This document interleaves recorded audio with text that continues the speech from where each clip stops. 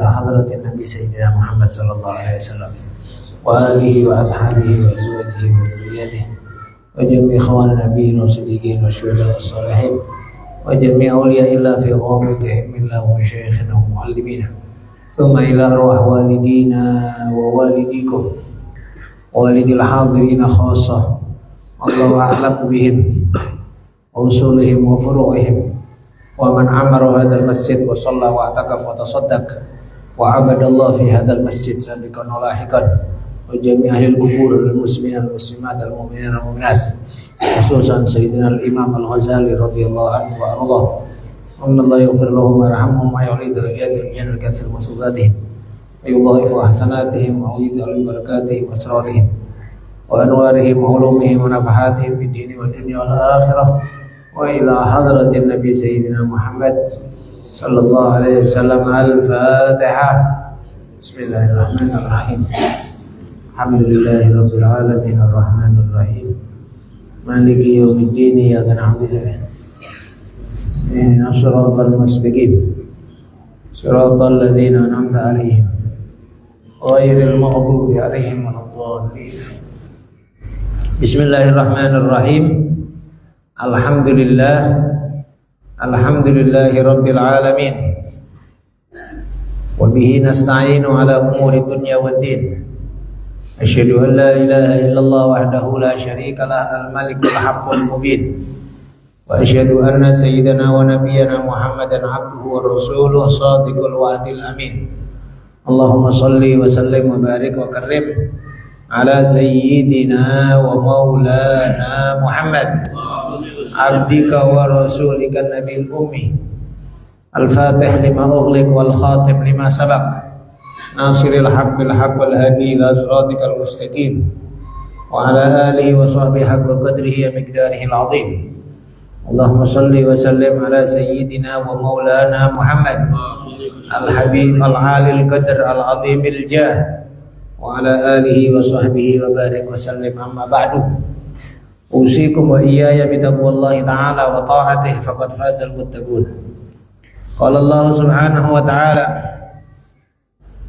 Bismillahirrahmanirrahim wa tazawwadu fa inna khairaz zadit taqwa wattaqun ya ulil albab. Ma'asyiral hadirin wal hadirat yang terhormat pengurus PKM, para tokoh masyarakat, semua yang hadir, mudah-mudahan insyaallah kita, keluarga kita, orang-orang sekitar kita selalu dalam lindungan Allah Subhanahu wa taala, dalam keberkahan dari Allah Subhanahu wa taala, diatur yang terbaik semua urusan kita dunia akhirat, dimudahkan kepada semua harapan-harapan dan keinginan kita dalam ridha Allah. Allahumma la sahla illa ma ja'altahu sahla wa anta taj'al hasna idza syi'ta sahla. Amin ya rabbal alamin. Alhamdulillah, alhamdulillah, alhamdulillah atas semua anugerah dan nikmat yang telah diberikan oleh Allah. Salawat salam yang agung, yang mulia, mudah-mudahan selalu dihadiahkan kepada baginda Nabi Muhammad sallallahu alaihi wasallam.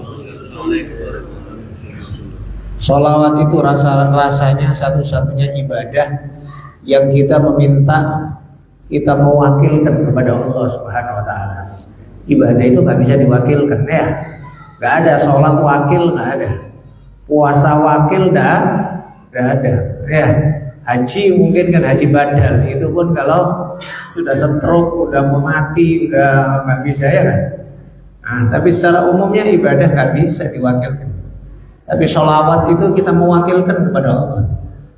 Bukan kita yang bersolawat, Allah yang bersolawat. Allahumma sholli, ya Allah bersolawatlah Engkau. Berarti kita minta Allah yang bersolawat. Ya, padahal yang bersolawat yang diseperintah Allah kan kita solawatnya. Sallu alaihi wa sallimu taslima.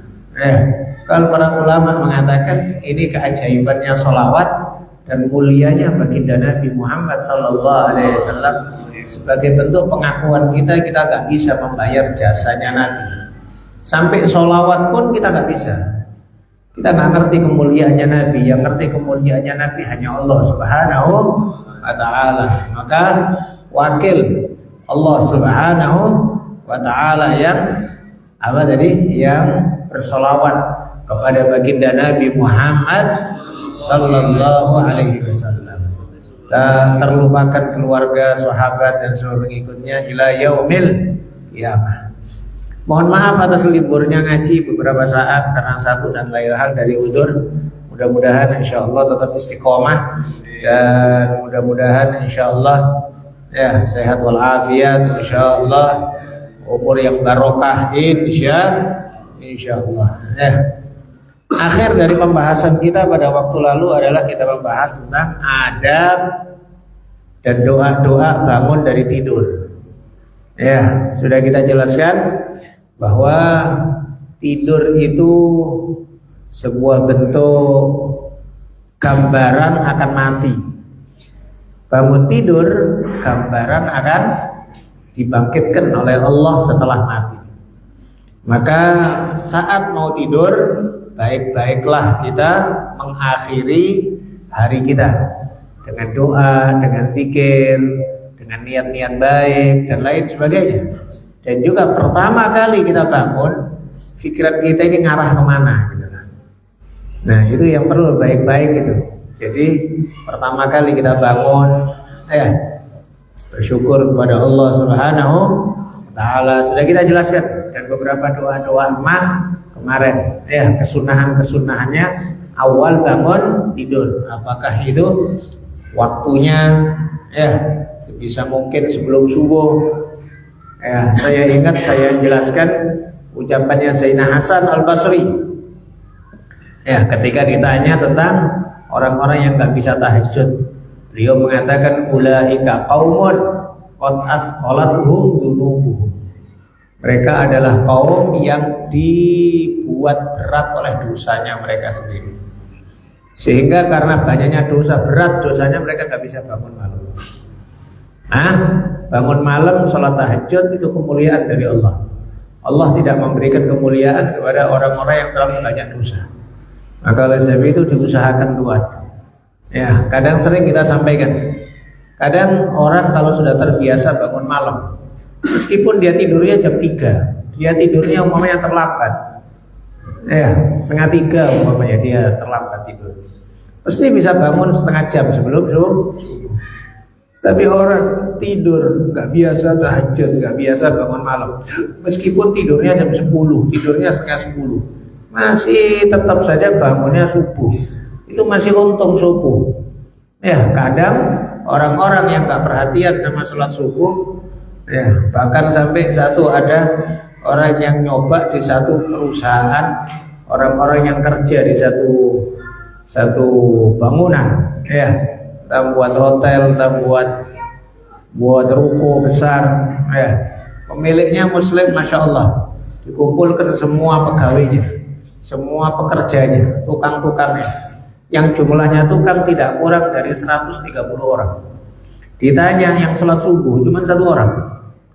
Dari 130 yang sholat subuh cuma 1 orang. Ini sholat subuh, gimana pula tahajud lagi gitu kan ya. Maka kemuliaan besar Tuhan bisa tahajud meskipun sebentar. Maka usahakan untuk bangun 20 menit lah paling akhir sebelum subuh, sehingga kita bisa mendapatkan kemuliaan dari Allah Subhanahu wa Ta'ala. Bahkan dahulu ulama-ulama dulu itu kira-kira setengah jam, 1 jam sebelum subuh, sampai anak-anak kecilnya dibangunin. Anak kecil-kecilnya dibangunin. Dibangunkan anak-anak kecil. Tahajud enggak, pokoknya bangun. Pokoknya apa? Bangun. Kenapa kok bangun? Karena waktu itu waktu mulia. Waktu Allah Subhanahu wa Ta'ala memberikan banyak anugerah supaya dapat bagian dari anugerah dari Allah Subhanahu wa Ta'ala. Kan? Rumah itu jadi berkah. Meskipun cuma bapaknya, ibunya saja yang sholat, anak-anaknya main-main lah. Tapi sekarang memang kadang-kadang terbentur dengan jam-jam sekolah, terbentur dengan jam kantor, jam kerja, sehingga orang ketakutan dari untuk mengatur waktu ibadah kepada Allah Subhanahu wa Ta'ala. Bukan sekedar jam ibadah, Pak. Sekarang jam sekolah saja, Pak mikir ustadz-ustadz yang punya madrasah ibtidaiyah, madrasah diniyah itu bingung betul. Anak SD pulangnya sore, gimana anak mau bisa ngaji sore, ngaji maghrib itu gimana gitu. Ya, sekolah sekarang full day semuanya ya kan. Hah? Sehingga untuk mikirkan untuk anak itu ngaji, kayak nggak ada waktu lagi. Nah, sedangkan kita kayak sekolah itu sebuah keharusan, kewajiban. Kita bukan mengatakan kok nggak penting sekolah, cuman maksudnya kadang-kadang memang kebijakannya tidak difikirkan akan ya. Maka oleh sebab itu kalau dulu gitu ya, kita mikir masih kecil sekolah masih bisa sore itu ngaji ke TPA, ya kan ya, ke TPQ apa TPA namanya ya kan ya, TPQ. Maghrib pada ngaji di musola, masih bisa kayak gitu. Tapi sekarang anak Pak, ya Allah, ya pulang sekolah udah deket asar, itu belum lesnya juga itu. Walhasil, jadi waktu ini sekarang anak terlalu diforsel dengan pendidikan umum sehingga tidak mendapatkan bagian dari pendidikan agama, ngaji. Ya. Di antara pembicaraan antar asatid itu khususnya yang punya madin, punya madrasah diniyah ya kan. Kebanyakan itu mikir kayak gitu, gimana ngatur jamnya dengan full day. Ya. Walhasil ini tadi tentang masalah waktu tadi.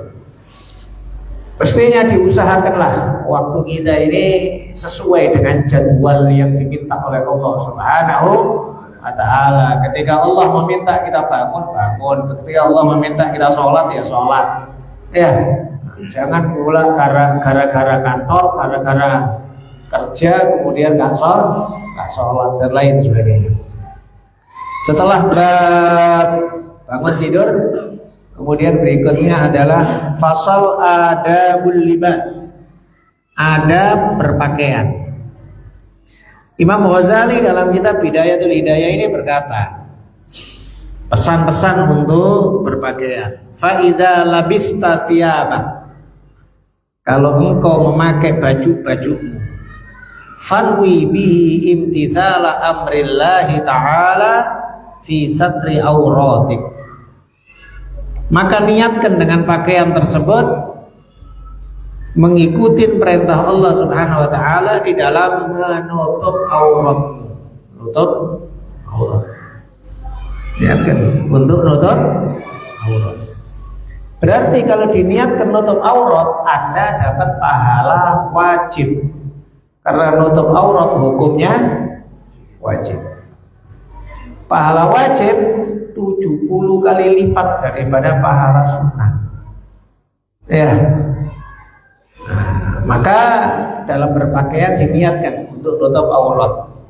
Karena pakaian ini minimal nutup aurat, minimal untuk nutupin aurat. Nah, aurat sendiri definisi di dalam fikih adalah maharuma kashfuhu wa haruma nadharu, yang haram dibuka dan haram dipandang. Yang haram dibuka dan haram dipandang. Berarti keharaman aurat dari dua sisi. Satu, pemilik badan. Dua, yang mandeng. Dari dua sisi. Maka nggak bisa pula kemudian yang mandeng kemudian ngomong, salah dia buka nampak pahanya, tengok pulang kan ya. Ya tetap nggak bisa, karena definisinya dari dua sisi, dari dua sisi. Ya, maka buka aurat itu hukumnya haram. Sekira nampak orang hukumnya haram. Nampak orang nggak nampak orang. Kalau sekiranya di tempat yang sekiranya itu terbuka hukumnya haram. Ya, depan halaman rumah, meskipun nggak ada orang lewat, pakai sempak aja, ya kan? Ya termasuk perempuan yang kadang, ya.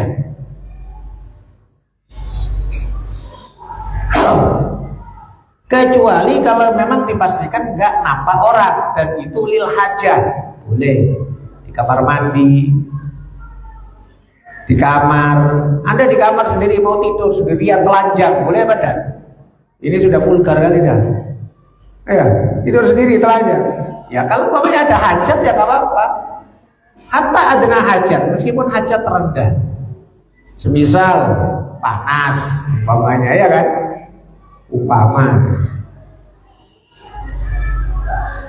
sama istri, ya boleh lain istri.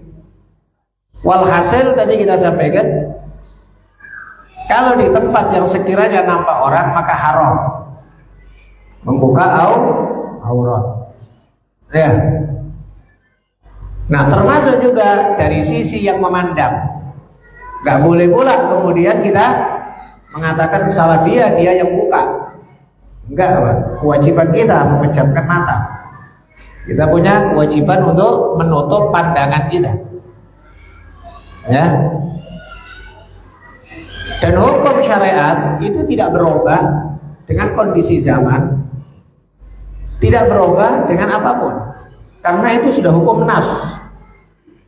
Ya. Hukum nas, hukum pasti dalam Al-Quran. Artinya kita ngomong gini loh Pak, umpamanya satu kampung wali semuanya, umpama ini satu kampung wali semuanya, tetap perempuan gak boleh buka aurat. Umpama ini udah wali tingkat tinggi semuanya, nengok cewek kayak nengok tembok umpamanya, tetap haram. Ya kan? Itu haram. Dibalik juga demikian. Umpamanya di satu tempat yang semua wanita buka aurat, umpama di Bali, di pinggir pantai, semuanya buka aurat, tetap laki-laki disuruh menjamkan mata, tetap gak berubah hukum. Jangan pula karena mau cemana lagi, gitu ya. Jadi hukum itu tidak berubah, supaya kita pahami itu. Kekuatan hukum syariat tidak dirubah oleh keadaan. Karena apa? Karena sudah hukum nas. Hukum nas al-ghur. Maka ini tadi nutup aurat. Berpakaian diniatkan untuk nutup aurat. Ya. Selebihnya pakaian itu nggak sekedar menutup aurat tapi membuat indah. Nah, membuat indah ini pun bisa kemungkinan niat bagus, bisa kemungkinan niat buruk. Niat buruknya riak karena orang. Niat buruknya sombong-sombongan. Niat buruknya bangga-banggaan dengan pakaian. Ya, itu niat buruknya. Niat baiknya menghormati orang supaya lebih pantas. Niat baiknya menjaga marwah diri sendiri.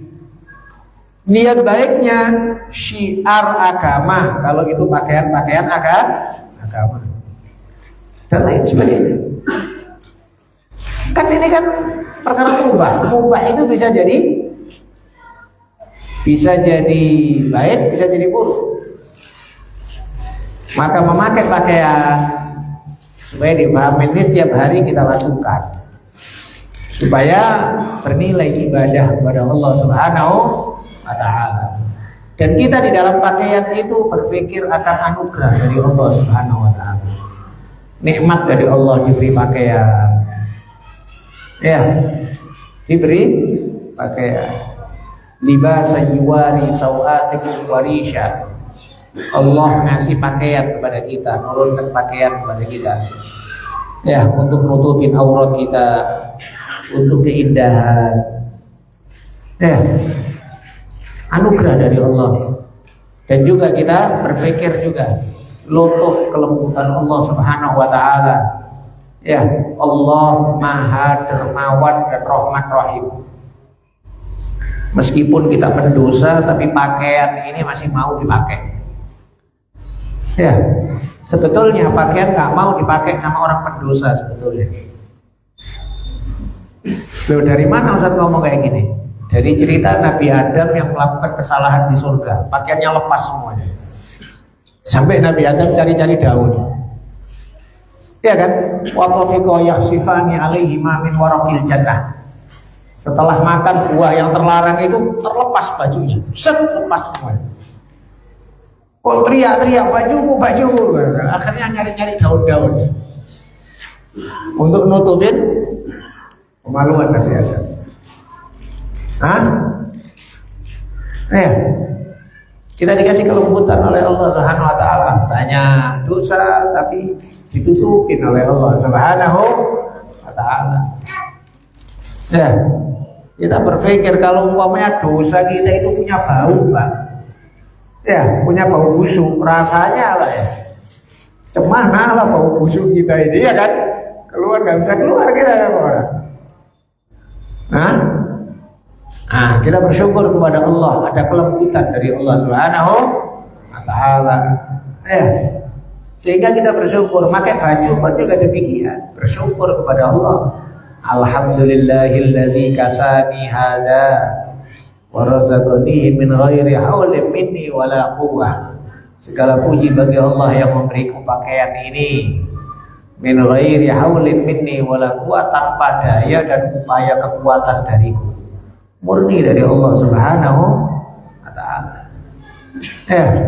Alhamdulillah dikasih pakaian cocok. Ukurannya cocok. Nah, kebayang sama kita kalau ada gedenya kayak gede-gedenya Nabi Nuh, Nabi Adam, perlu berapa meter itu bajunya itu? Ya, Nabi Adam disebutkan 30 dirham, lebih kurang 15 ke 20 meter. Ya, Nabi Adam dan umat-umat terdahulu. Subhanallah ya. Kalau kita segitu, cuma lah pakaian kita ini perlu berapa meter kain kita ya kan? Kita alhamdulillah bersyukur kita kepada Allah Subhanahu wa taala. Ya secara umumnya manusia sadar atau tidak sadar satu sama yang lain saling menguntungkan. Saling menguntungkan satu sama yang lain. Ada yang ngurusin pakaian, jual beli baju, kain, ada yang ngurusin makanan, jual beli beras, jual beli tepung, jual beli semuanya. Semuanya berpikir untuk keuntungan dirinya sendiri. Dia berpikir untuk untung dia. Tapi hakikatnya semua manusia ini saling memberikan keuntungan satu sama yang lain. Aturan dari Allah Subhanahu wa taala. Dia sadar nggak sadar? Maka ini tadi dimudahkannya banyak hal oleh Allah Subhanahu wa taala. Maka ingat untuk diniatkan imtithal amrillah fi satril aurah. Mengikuti perintah Allah Subhanahu wa taala dalam nutup aurat. Dalam nutup aurat. Kemudian tadi ini yang wajibnya nutup aurat. Kemudian yang kedua adalah untuk yang lebih sempurnanya adalah untuk syiar, untuk akhlak, untuk etika, berbaju yang baik, niat menghormatin orang. Itu pun juga pahala. Menghormatin orang. Mohon maaf, kehidupan Nabi itu sangat sederhana secara umumnya. Tapi Nabi punya baju khusus untuk menerima tamu. Nabi punya baju khusus untuk terima tamu. Nabi senang pakai minyak wangi. Nabi pakai sisir, bersisir. Nunjukkan bahwa Nabi menghormati kalau jumpa sama orang. Jumpa sama orang itu menghormati. Nggak asal-asalan gitu loh ya.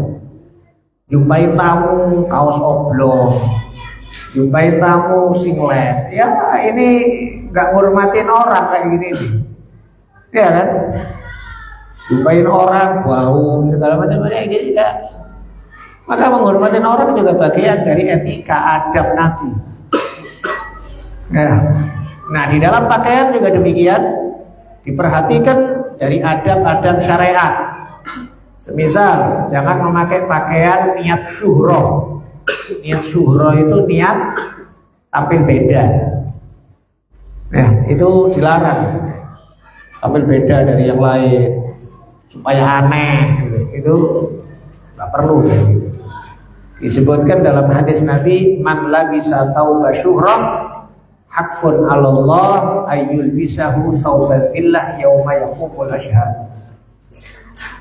Barang siapa yang memakai pakaian syuhrah, pakaian untuk tampil beda, ya, maka wajib bagi Allah untuk memberikan dia pakaian kehinaan kelak nanti di hari kiamat. Maka pakai pakaian biasa saja, normal saja menurut orang gitu ya. Kalaupun umpamanya pakaian ulama, ya pakaian ulama yang normal, yang kira-kira mayoritas ulama di tempat itu pakai apa, gitu aja deh. Ya, nggak usah terlalu kemudian tampil beda sampai jadikan omongan orang. Jadikan omongan orang. Jangan jadikan orang suudzon sama kita gara-gara perbuatan kita. Orang suudzon nggak bagus, tapi kalau kita yang menjadi sebab, maka kita juga dosa. Gitu. Ada ungkapan man dakhala madakhilas su fala yalumanna man asa'a bihiddon. Barang siapa yang masuk ke tempat-tempat yang mengkhawatirkan, maka jangan salahkan orang yang suudzon sama dia. Suudzon nggak bagus. Tapi kalau kau berada di tempat remang-remang, ya orang suudzon ya nggak salah orangnya sih. Kenapa kau di tempat itu? Kan gitu kan? Hah? Umpama ada orang umpamanya di tempat itu tadi ya, tempat bencong, tempat narkoba, udah terkenal situ. Udah duduk santai-santai di situ. Ya, orang suudzon ya jangan salahkan orang. Kita yang salah meletakkan diri gitu loh. Sama juga demikian dalam berpakaian. Terus juga adab syariat di antaranya juga. Adab itu bisa mengarah kepada sunnah, bisa mengarah kepada wajib ya Pak. Adab itu umum. Jadi adab itu tidak bicara hukum. Ya. Jadi bisa jadi adab itu hukum sunnah. Bisa jadi hukum wajib yang kebalikannya jadi haram.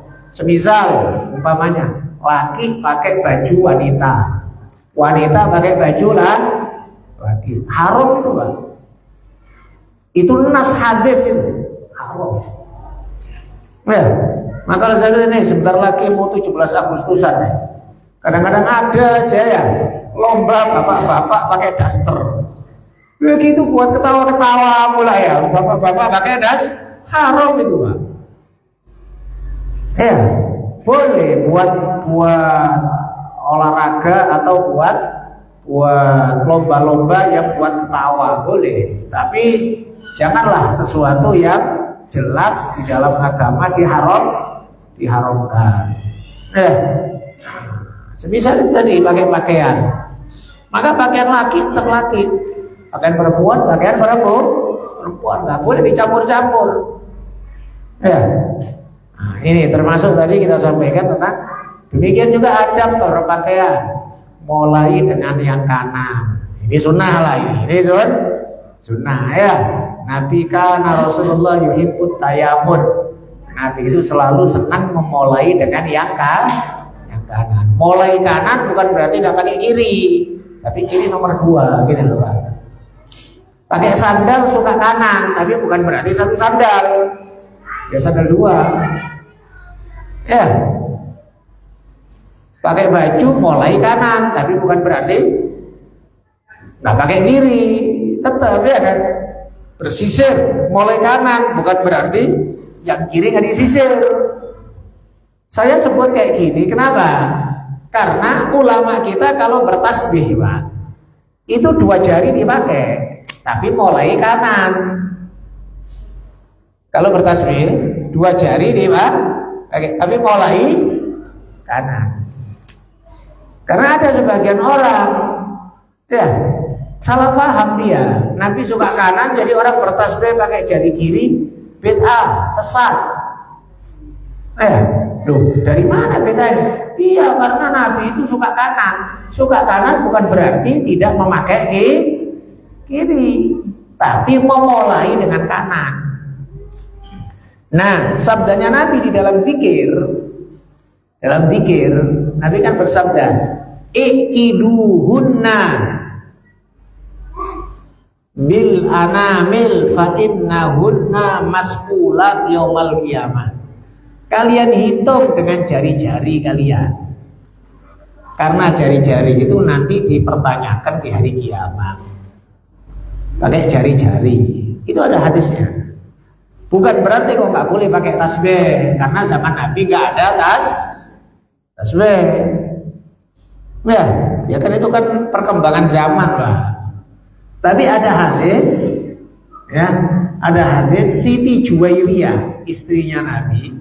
Ini ada dalam hadis kitab Al-Adhkar.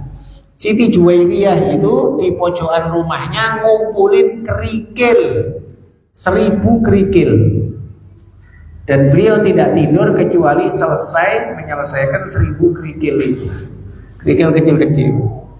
Nah, para ulama mengatakan ini adalah embrio asal muasal tasbih. Jangan kepikir zaman dulu ada tasbih digital, Pak. Nggak ada. Tapi istrinya Nabi Siti Juwairiyah ngitung pakai kerikil. Kerikil di pojokan rumahnya, beliau duduk di pojokan rumahnya itu sampai 1000. Disebutkan beliau nggak tidur kecuali menyelesaikan zikir 1000. Gitu ya. Jadi walhasil dengan perkembangan zaman macam-macamnya tasbih, ya kan?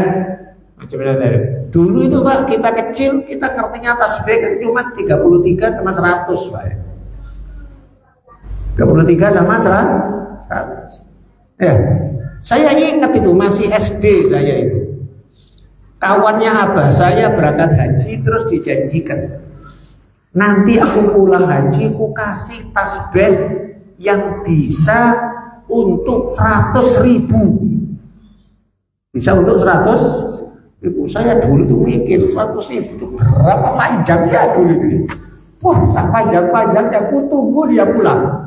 Ujung-ujungnya ya tasbih 100 ini Pak, tapi kan ada tanda 10-nya satunya.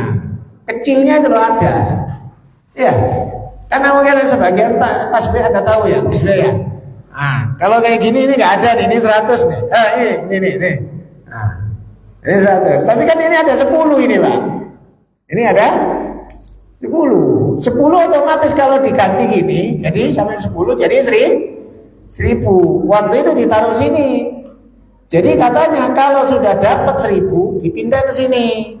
Dipindah ke sini. Dipindah ke sini. Jadinya nanti kalau semuanya jadi 100.000. Sama ya, cuma lebih pandai cara berpikirnya dikasih. Itu loh Pak. Itu kita masih SD dulu Pak. Saya berpikir 100.000 itu, wih, berapa meter tasbihnya 100.000? Yang saya maksud adalah ya dengan perkembangan zaman Pak. Dengan perkembangan zaman ya kan, termasuk tasbih digital. Dulu ada tasbih yang cetek itu sudah rasanya kayak gaya kali dulu punya itu Pak ya. Ya, yang besar itu, yang putih itu ya kan. Wah, bunyi itu dulu Pak, cetek ya kan gitu. Wah, gaya kali punya itu dulu. Sekarang malah kita malu pakai itu ya kan ya. Nah, pakai digital nggak bunyi, nah ya kan. Nah, walhasil dengan perkembangan zaman. Jadi ini adalah hal-hal yang bersifat alat saja. Ya, maka nggak bisa lah alat itu kemudian dihukumin ini bid'ah, ini sesat, ini apa ya, nggak bisa. Ya kan ya. Karena yang pentingnya berpikir. Nah, tadi kita sampaikan tentang pakai tangan kanan dalam berpikir dan tangan kiri setelah menggunakan tangan kanan. Nah, ini tadi diantara niat-niat dan juga adab-adab di dalam berpakaian. Ya secara khusus dari beberapa pakaian-pakaian tertentu ada adab-adabnya. Misal umpamanya nggak sampai ke mata kaki, ya kan? Nggak sampai ke mata kaki, ya, tutupin kepala dan lain sebagainya dari adab-adab berpakaian. Wahdar ayyakuna qasduka min libasika mura'atal khalqi fatahzar. Hati-hati engkau tujuanmu dari berpakaian adalah riya kepada manusia. Riya sama manusia. Hati-hati. Karena fatahzar engkau akan rugi. Maka pesannya Imam Ghazali di dalam berpakaian untuk ikhlas karena Allah Subhanahu wa ta'ala, dan kita merenungkan anugerah Allah Subhanahu wa ta'ala. Fahamin bahwa pakaian itu nikmat dari Allah, bukan untuk kemudian sombong-sombongan, bukan untuk gagah-gagahan, gaya-gayaan, ya, dan lain sebagainya. Ya, orang tidak menjadi lebih mulia gara-gara pakaian, enggak. Ya, kemuliaannya orang itu dari ilmu dan adabnya. Kemuliaan orang dari ilmu dan adabnya. Kemuliaannya kambing, harganya kambing, sapi dari dagingnya. Dari dagingnya. Bukan berarti kalau kambing dikasih pakaian bagus jadi mahal. Ya kan? Sapi dikasih pakaian bagus jadi mahal. Enggak, ya nengok dagingnya berapa kilo gitu aja ya. Nah, dari daging. Manusia juga demikian. Nilai manusia dari ilmu dan adabnya, takwanya kepada Allah Subhanahu wa ta'ala, bukan dari pakaian. Ya, bukan dari pakaian. Maka di dalam berpakaian harus pandai-pandai. Di dalam menata niat, ya, manajemen hati di dalam berpakaian jangan sampai kemudian menggunakannya di dalam yang malah mengantar kepada murka Allah Subhanahu wa ta'ala. Ya, berapa banyak perkara mubah mengantar kepada murka Allah Subhanahu wa ta'ala. Ya, sering kita sampaikan, perkara mubah pun harus diniatkan yang baik. Perkara mubah pun juga harus ada batasan-batasannya. Tidak bisa perkara mubah kemudian mutlak gitu. Tidur mubah, tapi harus ada batasannya, Pak. Jangan pula lepas pula waktu sholat, ya kan? Nggak bisa, ya. Makan juga gitu, makan mubah, tapi ada batasannya. Kalau sampai mudarat, kemarin kita buat contoh ya, makan sate 5 tusuk mubah, Pak. Makan sate 50 tusuk, itu cerita sundel bolong di film apa itu, ya kan? Nah, ya kan? Jadi walhasil harus ada batasan-batasannya. Tahu kondisi keadaan.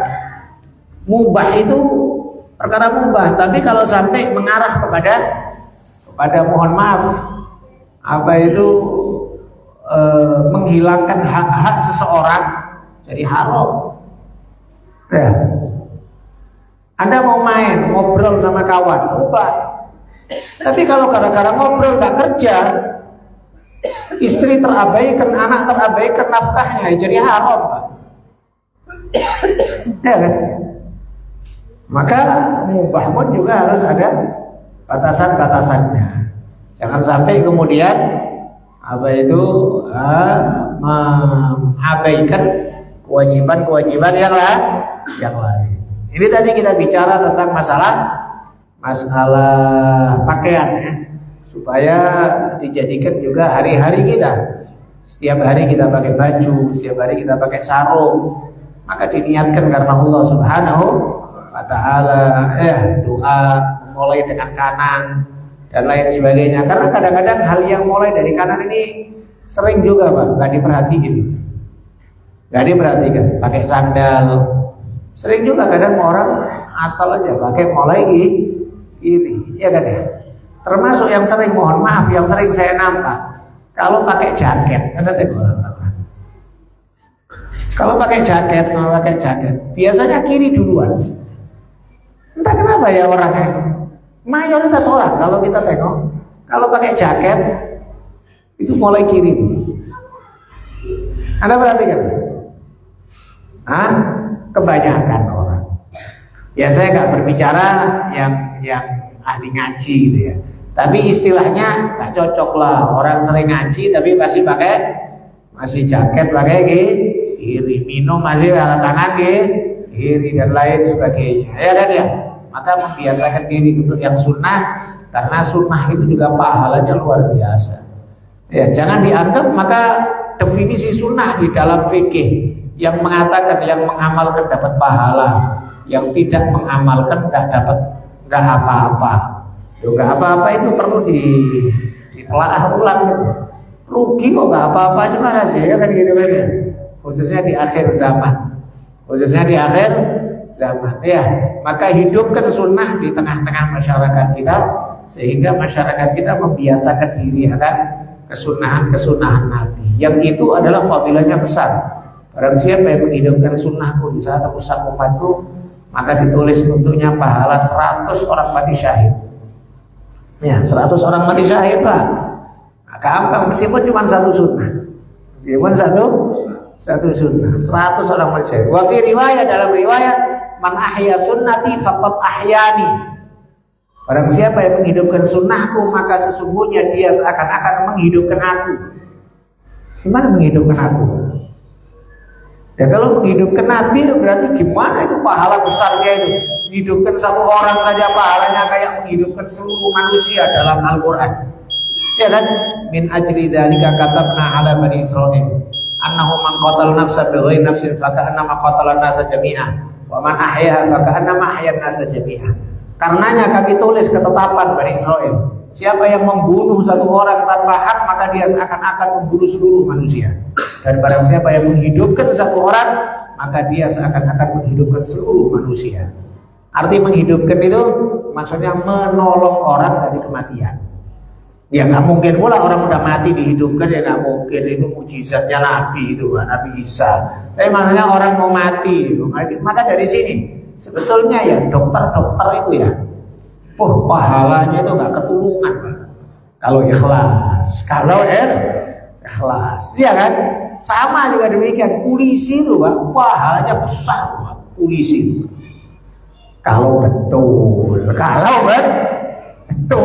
lurus, ya. Tapi kalau ya musuhin rakyat, nah nggak tahu lah. Kenapa? Karena polisi itu jaga keamanan, buat orang tenang, ya, supaya masyarakat terhindar dari kemungkaran. Itu kan pahala besar itu, Pak. Pahala besar itu. Nah, mohon maaf ya, polisi sama ulama, orang lebih takut polisi Pak daripada ulama. Sama ulama, mohon maaf. Iya, kalau zaman dulu Pak, saya masih dapetin masa kecil dulu itu. Ya, saya masih dapetin. Masa kecil dulu itu orang itu kalau ketemu kiai takutnya naudzubillah. Ya, anak-anak sekolah itu ngerokok itu nggak berani lewat depan rumah kiai, itu nggak berani. Saking hormatnya, saking takutnya kualat. Nampak kiai ngerokok, waduh, balak dah udah rasanya dah. Habis sekarang Pak, ya, rokoknya kiai diambil sama dia, ya kan? Sama kita ceritakan juga kan ya. Dulu itu gitu ya, kawan SMA pacaran, ya kan ya? Mau lewat masjid itu takut, takut kualat. Ya, muter dari jalan, jangan lewat depan masjid lah. Sekarang lah, ya Allah, naudzubillah.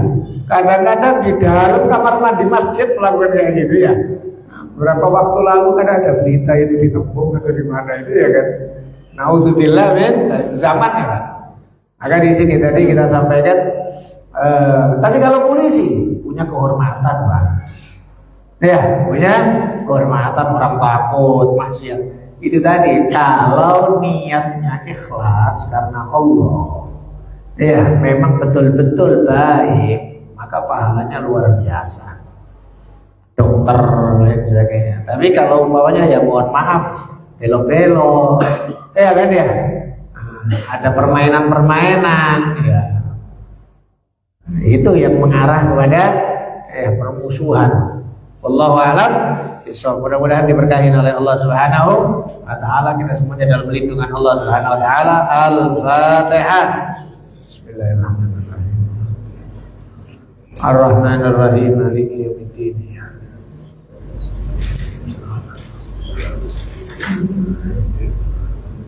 Bismillahirrahmanirrahim. Alhamdulillahirabbil alamin. Allahumma shalli wa sallim ala sayyidina Muhammad wa alihi washabihi ajma'in. Rabbana taqabbal minna innaka antas samiul alim wa tub alaina innaka antat tawwabur rahim. Allahumma zidna ilman nafi'a wa amalan shalihan mutaqabbala wa rizqan wasi'an halalan thayyiban mubarakan. Rabbana atina fid dunya hasanah wa fil akhirati hasanah wa qina adzabannar. Sallallahu alaihi wasallam ala sayyidina Muhammad wa alihi wasallam. Walhamdulillahi rabbil alamin.